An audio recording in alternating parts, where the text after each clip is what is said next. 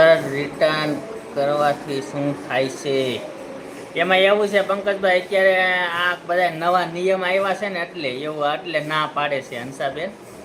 અનસબસ્ક્રાઈબર થઈ જાય છે, તરત રિટર્ન કરવામાં એવું થાય છે. હું ત્યાં 2-3 કલાક જવા દઉં છું બધાને, પછી જ આપું છું બધાને.